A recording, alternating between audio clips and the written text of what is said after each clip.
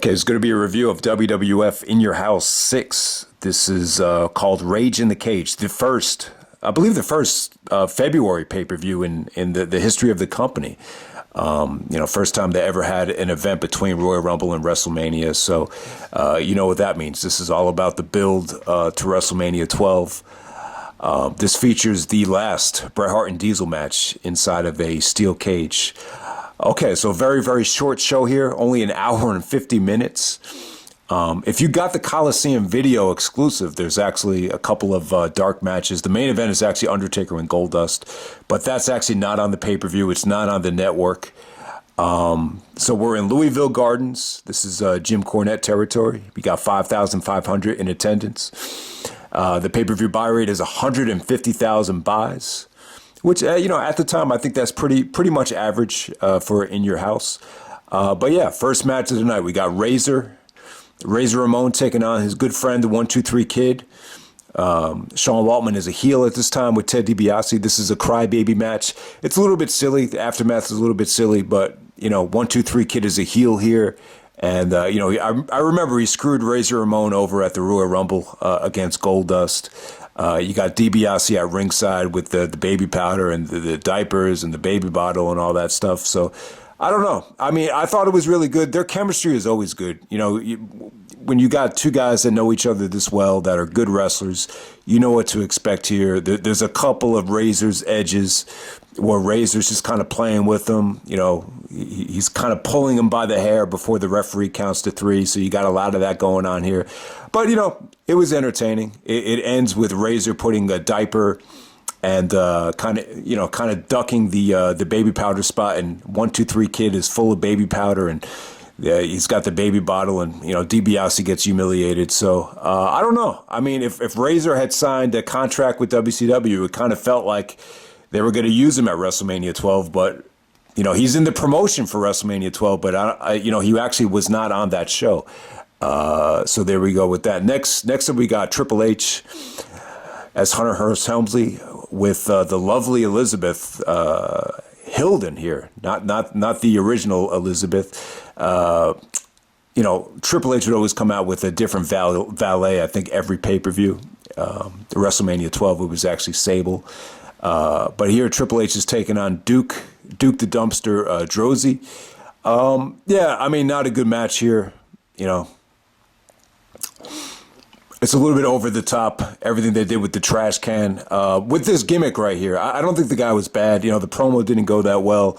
I thought his punches were really good. He does this, power bomb that's kind of a, inspired by, a garbage, the garbage worker actually putting away the garbage. But I don't know, man. This gimmick is just tough to get over, and I was surprised at how many fans did get behind it. But when you think about what the actual gimmick is and, trying to get it over as a babyface, I just thought it was, very, very difficult.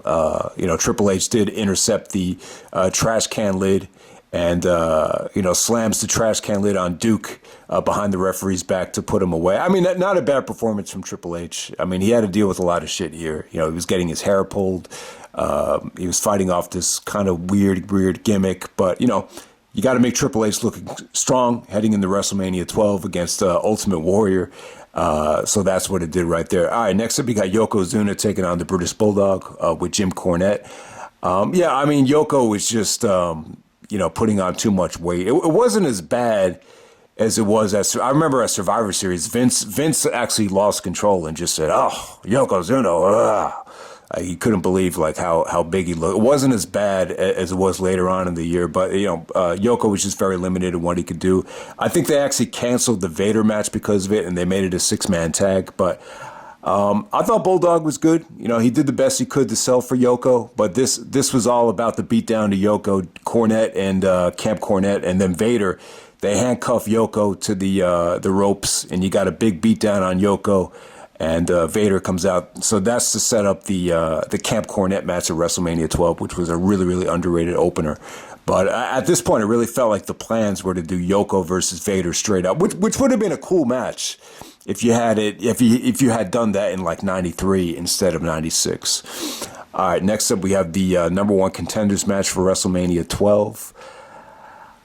So yeah, I mean, Shawn wins the Royal Rumble. Very rarely does a guy win the Royal Rumble and not end up in the main event of WrestleMania or not challenging for the belt at WrestleMania. The only time I can think that it didn't happen was with Austin at Royal Rumble 97, where I don't know what happened there. Just the plans kept changing and changing on the road to WrestleMania 13. But here, somehow, some way, Owen is, taking credit for giving Shawn Michaels concussions. They're still playing off of the Syracuse angle and the concussion angle. You remember in 1995, in November, Shawn actually passed out from a concussion when he was wrestling Owen. I think me and my brother actually did a classic review of that. So yeah, they're playing off of that angle. You get Shawn Michaels and Owen Hart for about 16 minutes on pay-per-view here. I would say this is their best match. The problem with some of their Raw matches is, they're always there's always something in the way. I think the one in 95, it was the concussion. The summer of 96, I believe Owen actually had a cast on it and had a broken arm. I thought that kind of limited that match. And then in 97, you had the screwy finish and, not really, capitalizing on Owen's momentum after the screw job, which could have been a huge angle, huge matchup. I don't know. I just thought all three of the Raw matches, they just felt a little bit incomplete. They were great while they lasted, but this is the first time where they were really able to, just go out there, let it loose, and do what they can do. I mean, Shawn was great here. I mean, he came in with the hero's welcome. He's actually dancing on top of the in your house setup, so that was cool, kind of foreshadowing of what he would do at WrestleMania. Vince is like fully erected, putting over Michaels' flamboyancy and charisma. So the entrance was cool. Michaels was really kind of treated like a star here. I thought him and Owen had a great match. There was a lot of times where Owen, would cut off Shawn's momentum and hit him with some beautiful belly to bellies. Just exciting stuff. Shawn was always very complimentary of Owen. He actually called him the most talented member of the Hart family. There are a lot of people that prefer Owen over Bret. It depends on what you like. But yeah, great chemistry. You have Jim Cornette is all over the show, so he was out there. This is his hometown of Louisville. But yeah, beautiful ending, man. Shawn goes for the super kick. Owen counters it into an insecurity. Michaels ducks out of the way and then hits a beautiful super kick, full contact. You could tell it was full contact, right in Owen's grill.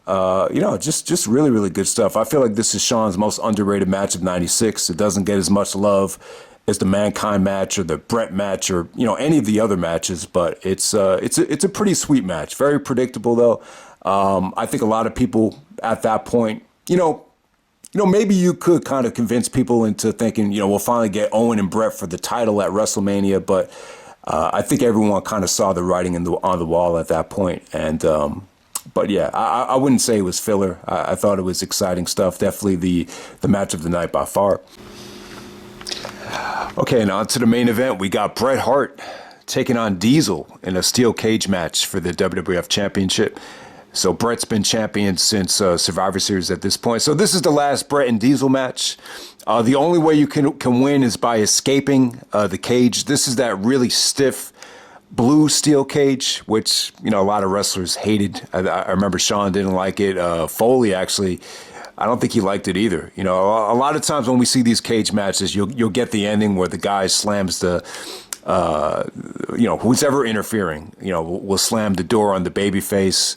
But it looks like that's a lot less painful when they change the cage into more of the silver fence. But yeah, not a great main event. This is by far the worst Bret and Diesel match. And obviously their matches are really, really good. We usually talk about them in terms of a trilogy with the King of the Ring match, King of the Ring, Royal Rumble, and then Survivor Series 95 was by far, their best work together. This, I don't know, this feels a little bit more forgotten. This is kind of looked at as like it's filler. I don't know what it was here, man. Just slow paced. There are other matches, there's just so much more creativity. We talk about from time to time that a steel cage match can definitely limit what you can do in the ring. And I think this is a perfect example of that. When we saw what they did in the previous matches, you saw table bumps, you saw stuff around the ring post. So this totally negated all of that stuff. By far their weakest match. I really like Diesel since he turned heel in this 95-96 run, before he went to WCW. I felt like, he had great attitude. He was a heel that was pretty much, almost like a tweener. I would say this is like your definition of a tweener. He still had a lot of the fans on his side. There are rumors, though, that him and Bret had an argument about the finish here.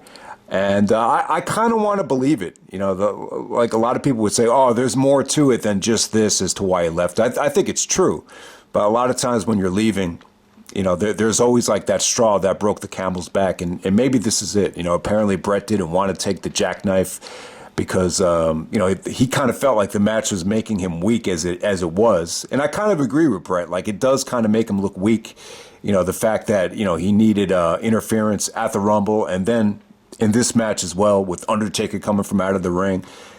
So I don't know, if Diesel jackknifes him, it almost looks like he would have lost the match. And, we're talking about the main event of WrestleMania here. So I in a way, I kind of agree with Bret, but I can see Diesel's point as well. He had put over Bret at Survivor Series. So it's like, the least you can do is just take my friggin' finisher. I could see, but, I could tell from the body language, though, from Nash here. It didn't look as engaged. I thought it was a little bit slow. You could even argue this is being boring. Like, this just never got going. Even when some of their other matches were slow, it was always engaging. There wasn't one stretch where you felt like the engagement factor was here. And, on top of that, Diesel could actually reach the top of the cage. He's so friggin' tall. So that was pretty cool. You actually see him just kind of, putting both hands on top of the cage before the match starts. But yeah, the idea of Nash actually climbing and being nimble and doing high spots off of a cage, it's just not a great combination. And Bret just couldn't work his magic here. I definitely think it did make him look a little bit weak. I mean, this is more of the it's more about theater here. This is one of those Undertaker matches before WrestleMania that's a little bit over the top. So Taker gets his revenge from being screwed by Diesel at the Rumble, and he comes from underneath the ring. But yeah, I kind of agree with Nash. It's like it was a little bit anticlimactic. You would have liked to see a big time finisher before Taker came out. Taker just kind of came out of nowhere. It was a little bit abrupt. And brings Nash down below the ring. You see all this smoke, and then Nash's or Diesel's leather pants are totally ripped, looking like Pat Riley in that brawl from 1993 against the Suns. So yeah, definitely their weakest match. I wouldn't say it was bad. It's they had never done a February pay-per-view before, and in a lot of ways, I do think it kind of got you ready for WrestleMania. I mean, Bret was kind of used to tell the story of Diesel and Undertaker, and in some ways, it made Diesel and Undertaker look just as big of a main event as Bret and Shawn. But I don't know. There's another way of looking at it. I just feel like if Bret and Shawn are going to main event WrestleMania in an Iron Man match, you'd like to have the champion booked a little bit stronger heading into WrestleMania. And obviously, I think that's one of the things that Bret was upset about, with dropping the belt to Shawn. He just kind of felt like he was just holding it, and the company kind of did a lousy job of making him look strong. So, guys would actually argue that Bret was leaving. He was going to take time off. So it really wasn't about Bret. It was about what Bret can do that kind of helped the other guys after WrestleMania. So I definitely get it. But at this point, it definitely felt like Diesel and Razor had a foot out the door. And it definitely makes sense. I do remember being in school at the beginning of that school year, and people were talking about how, that it was well known that they were both leaving. And that was back in September. And this is February. So you knew that they were leaving eventually once their contracts expired. But yeah, I wouldn't recommend checking it out for the match quality. But it was cool, though. I think the booking was cool. I thought this definitely got you excited for WrestleMania. I mean, that ending has been played out. We've seen, I think TNA did it with Judas Messias. I'm sure it's been done time and time again with the guy coming from underneath the ring. But, for this being the first time you've seen it, I think Taker doing it was the right guy, coming from the depths of hell. And it definitely made sense, because, Taker needed to get his revenge from, that arrogant, interference from Diesel at the Rumble. So, but I would definitely say by far the weakest in the 4 matches that Bret and Diesel had, no doubt about it. So if you have the Coliseum video home release, they actually stacked this up with dark matches. So if you have the original VHS, this is not on the network, but the videotape actually has Undertaker and Goldust as the main event. So, the pay-per-views are really short at that time. It's only an hour and 50 minutes. The thing is, eventually they would go to 3 hours, and it made all the sense in the world to go to 3 hours, because you're paying all that money to rent the venue out, that you might as well just maximize how much television time or how much pay-per-view time you could deliver to the audience. So in a lot of ways, these in-your houses were very limited because they were cheaper, and you didn't have that extra hour of pay-per-view money. So if you're spending all that money to rent out the arena, you might as well maximize the profits. So that's why they started changing that. I think it was around September of '97 where they became 3 hours. But I like it, though. I like the format of the 2-hour show. It's easy to sit through. There was really, I think this card looks a lot better on paper than it actually was. I think if you have Yoko and British Bulldog from the early '90s, that's a much better match. I think Triple H at this time, you could see the potential. Obviously, he's not working with a great gimmick. Razor and 1-2-3 Kid, this wasn't the best dynamic of them. I think it's much better when 1-2-3 Kid was the underdog compared to the crybaby heel. Shawn and Owen was great. That you couldn't have asked for a better match there. But if Bret and Diesel were just on the same page, and if Diesel was motivated, and Diesel was great at this time, but for whatever reason, I could definitely see that jackknife situation, playing a part in the negative body language. So there we go with that. So that's In Your House 6, Rage in the Cage. And I'm out. All right.